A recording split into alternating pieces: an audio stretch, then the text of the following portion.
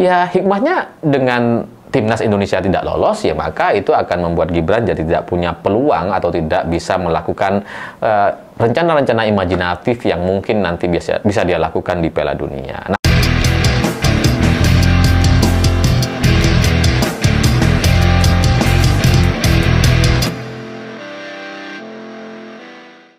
Selamat malam semuanya. Hari ini timnas Indonesia resmi tidak lolos ke Piala Dunia tahun depan. Semangat, semangat, semangat. Ya, konten ini sebenarnya saya secara khusus tujukan kepada teman-teman editor, produser di Siwo TV. Yang beberapa hari lalu itu sering begadang gitu ya, nonton pertandingan antara Arab Saudi dan Indonesia atau Irak dengan Indonesia. Sudah capek-capek begadang, kalah gitu. Saya perhatiin tuh story-story mereka, wah sedih-sedih sih. Sedih mereka. Sampai kayaknya ada yang nggak konsen untuk kerja atau ya sampai ya karena harus begadang dan sebagainya gitu ya. Kadang ada beberapa video lambat diedit.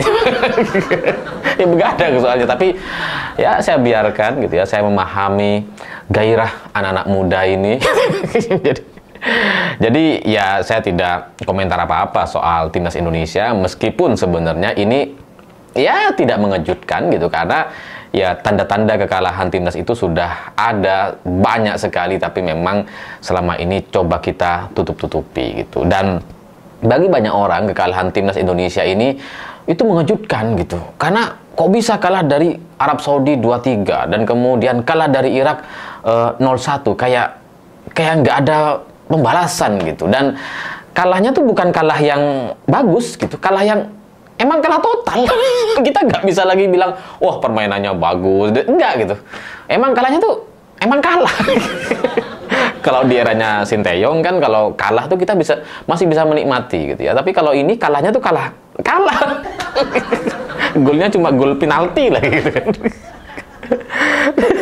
Dan ya mungkin bagi banyak orang ini dianggap mengejutkan karena ya ada beberapa nama atau pemain yang tidak masuk dalam line up Patrick Kluivert gitu. Jadi ada beberapa pemain yang sebenarnya menjadi andalan dalam beberapa laga sebelumnya, seperti misalkan Marcelino Ferdinand, tapi nggak masuk gitu. Kenapa? Oh, nggak tahu.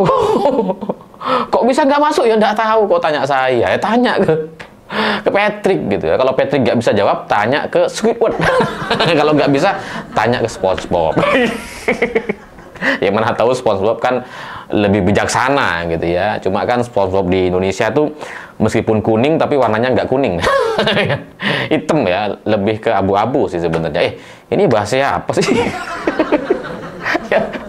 Ya karena saya bingung untuk mengomentari soal timnas ini, karena tidak mungkin rasanya untuk tidak mengaitkannya kepada politik gitu.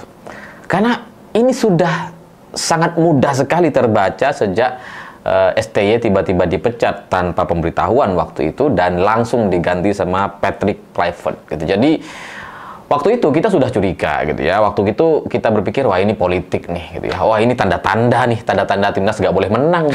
Karena kalau menang, wah Sinteyong bisa mahal itu harganya. Membawa Indonesia untuk masuk lolos ke Piala Dunia dan kemudian menjadi salah satu pelatih yang berlaga di Piala Dunia itu kan luar biasa gitu. Sinteyong dulu pernah membawa Korea Selatan gitu ya. Jadi itu akan sangat fenomenal sekali bagi sejarah tim nasional Indonesia, dan Sinteyong akan mendapatkan popularitas yang mungkin itu yang terbaik atau yang paling top untuk orang luar di Indonesia gitu. Jadi ketika itu tiba-tiba diganti, kita udah curiga gitu. Sebenarnya kita juga sudah mulai tahu bahwa ya ini kayaknya emang biar gak menang aja, atau supaya timnas bisa dikondisikan gitu. Maksudnya skornya tuh bisa diatur lah. Nggak kayak eranya Sinteyong gitu. Tiba-tiba menang lagi gitu kan. Timnas di era biasanya sebelum Sinteyong kan ya begitu. Lebih mudah kalah dibandingkan menang gitu kan. Apalagi ketika Erick Thohir harus terbang ke Eropa, wawancara dengan Patrick gitu ya. Di hari Natal dia wawancara, itu kan hebat sekali gitu. Hebat, nggak logis ya. Orang lagi Natal, Patrick wawancara kerja. Nah, dari situlah kemudian bertambah lagi cerita-cerita lebih tidak logis lagi. Dan ya, tapi saya termasuk orang yang sangat cinta sekali dengan timnas Indonesia dan berharap sekali agar timnas bisa lolos ke Piala Dunia, dan saya nggak peduli dengan urusan politik di belakangnya gitu ya. Bahkan kalau misalkan ada orang yang aji mumpung untuk memanfaatkan timnas, saya nggak apa-apa. Yang penting lolos Piala Dunia. Itu prinsip saya sebelumnya gitu. Dan ya meskipun melihat dari banyaknya hal-hal yang nggak logis, pemecatan secara tiba-tiba, diganti Patrick yang bukan siapa-siapa gitu kan, itu membuat saya berpikir, aduh, kayaknya nih kembali ke setelan awal ini timnas yang bisa dikendalikan gitu kan. Ya, tapi sebagai orang yang sangat cinta gitu ya, orang yang punya harapan gitu, maka ya kita tetap berpikiran positif, berhusnuzon gitu. Bahkan saya sempat tuh bela-belain Patrick dan Erick Thohir gitu kan. Ya terserah lah, pokoknya gimana caranya, kalau kalian mau capres silahkan gitu, pokoknya timnas lolos lolos dulu deh gitu kan.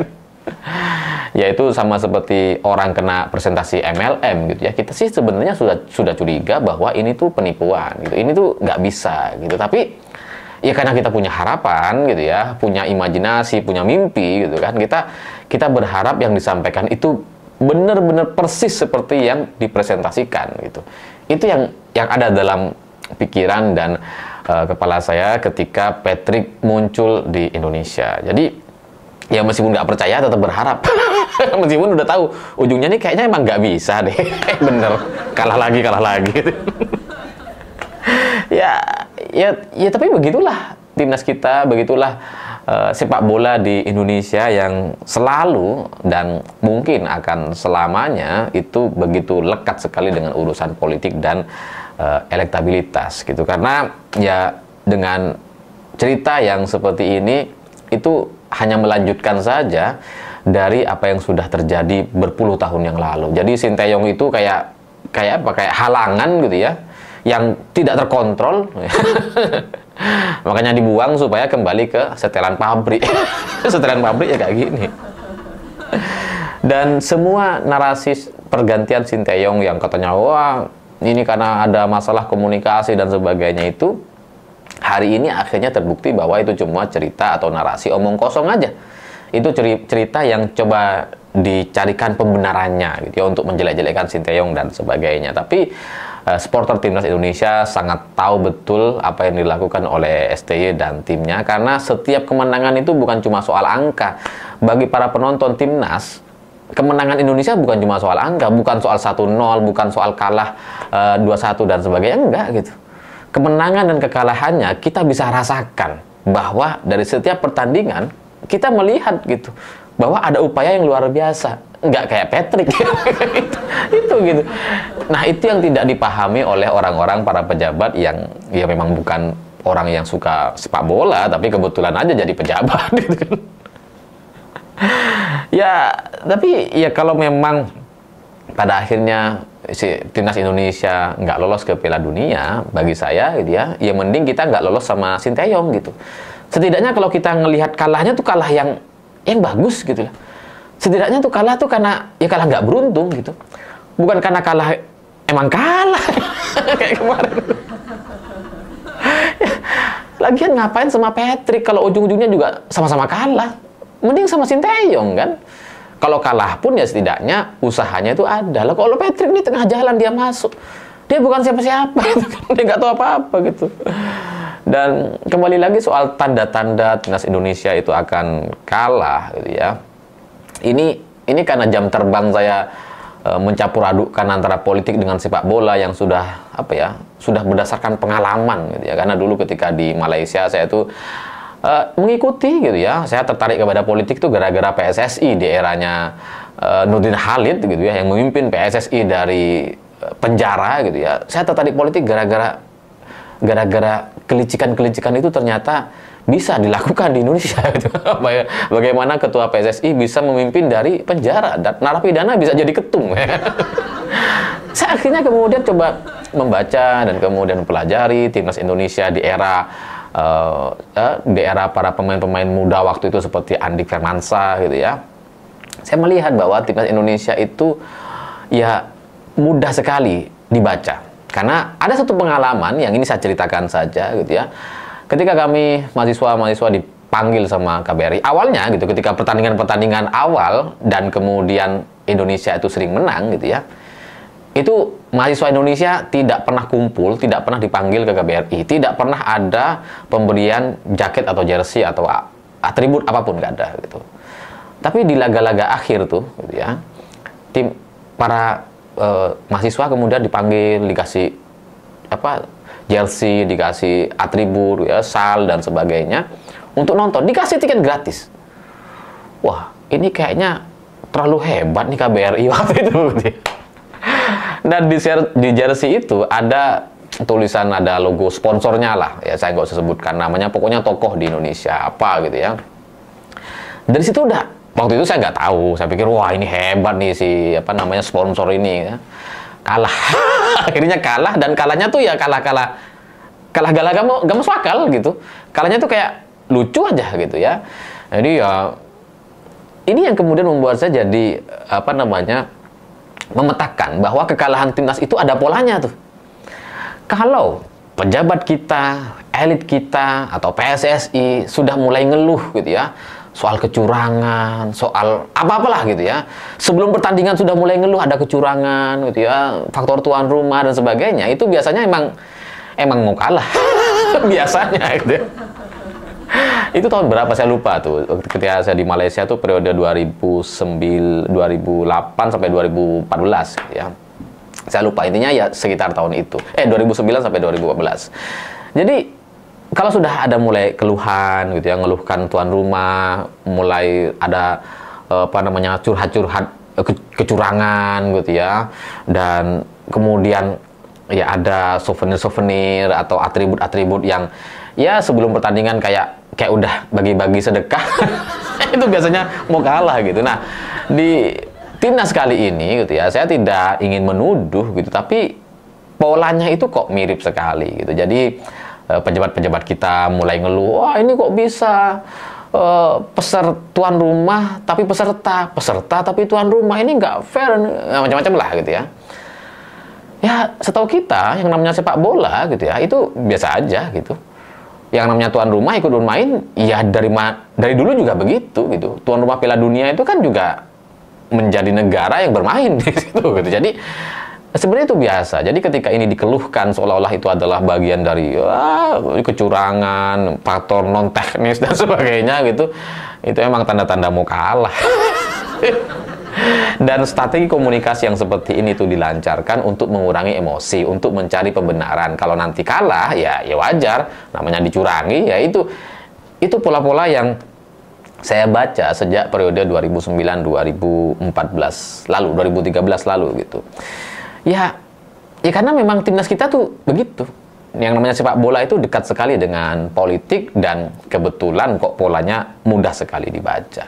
Dan tanda-tanda lain bahwa timnas Indonesia itu mau kalah. Kan ya ini katakanlah nggak ada hubungannya, tapi tetap aja ada. Ini contoh belum tapi sudah ini, atau sudah tapi belum gitu. Ketika Erick Thohir kemudian dari Menteri BUMN turun jadi Menpora. Nggak turun sih, geser katanya, tapi secara logistik itu turun. Di BUMN kan melimpah sekali logistiknya gitu ya, tapi perannya kan kemudian dihabisi gitu ya. Ada Danantara, kemudian Erick Thohir jadi kayak gak apa-ngapain gitu ya. Nonton bola timnas juga udah mulai pisah dengan presiden, rombongannya beda. Udah beda kelas gitu ya. Dan akhirnya ya jadi Menpora ya dengan logistik yang sangat-sangat terbatas. Artian ya memang sudah tidak lincah lagi untuk mendukung timnas Indonesia. Jadi ya terbaca sekali bahwa kalau ada orang bilang pisahkan antara politik dengan urusan olahraga dan sebagainya, itu ya omong kosong gitu, karena pada akhirnya ini tak terpisahkan. Termasuk pemecatan Sintayong itu kan ya politik gitu, bukan murni soal pertimbangan olahraga, itu politik gitu. Jadi memang olahraga itu dekat sekali dengan politik dan elektabilitas. Tapi ya hikmahnya gitu ya, dengan Indonesia tidak lolos ke Piala Dunia, ini membuat para pendukung Jokowi jadi fokus kepada isu ijazah. Kalau sebelumnya kan ketika timnas itu main, para pendukung Jokowi itu meyakini bahwa ini gara-gara Jokowi timnas bisa bagus tuh karena kepercayaan dunia kepada Jokowi dan sebagainya. Pokoknya kalau bahas timnas tuh ya Jokowi banget lah gitu. Dan kalau timnas Indonesia itu bisa bermain di Piala Dunia, saya nggak bisa bayangin tuh gimana riuhnya, gimana antusiasnya para pendukung Jokowi dan Gibran yang kemudian akan didewa-dewakan, disanjung-sanjung sebagai sosok perubahan, sebagai sosok yang memberikan sejarah baru bagi timnas Indonesia gitu, karena dimulai oleh Jokowi dan dilanjutkan oleh Gibran. Itu akan ya mengerek elektabilitas Gibran sebagai calon kandidat terkuat di tahun 2029. Saya bisa kebayang gitu ya, Gibran bisa nggak pulang-pulang itu nanti nonton Piala Dunia. Nonton lagi gitu kan. Habis itu elektabilitasnya naik gitu. Itu akan terus dibicarakan terus gitu. Jadi ya hikmahnya dengan timnas Indonesia tidak lolos, ya maka itu akan membuat Gibran jadi tidak punya peluang atau tidak bisa melakukan rencana-rencana imajinatif yang mungkin nanti bisa dia lakukan di Piala Dunia. Nah, kalau urusan Pak Presiden Prabowo, memang urusan sepak bola ini nggak dianggap gitu. Bahwa kemarin Pak Prabowo ngasih Rolex gitu ya, tapi ya nggak tahu tuh, itu disuruh balikin apa enggak tuh kalau sudah nggak lolos kayak gini gitu.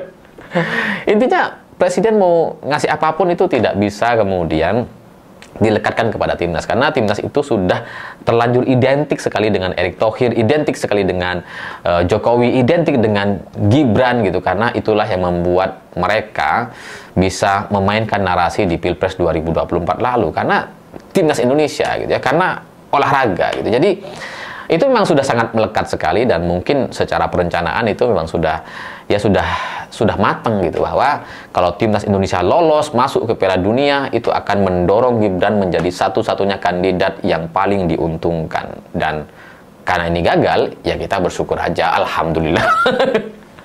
Ya, baru sekarang gitu ya gagal bilang alhamdulillah. Tapi ya bagi saya itu nggak apa ya, itu melegakan, karena semua keraguan-raguan saya, semua kecurigaan saya sebelumnya yang coba saya tepis, saya coba tutupi dengan optimisme yang tinggi, akhirnya ya ternyata bener aja gitu. Ya sudah, mau gimana lagi. Ya, setelah ini timnas akan bubar gitu ya, mulai dari nol lagi. Ya semoga di edisi Piala Dunia selanjutnya itu kita bisa ikut serta gitu ya. Semoga itu yang akan terjadi. Dan untuk Gibran kita mulai dari nol. Erick juga sudah nol. Sudah gak ngurusi direksi-direksi BUMN kan. Ya semuanya persis seperti yang disampaikan oleh Pertamina gitu ya, SPBU kita mulai dari nol. Sekarang waktunya. Terima kasih sudah menonton. Begitulah kura-kura.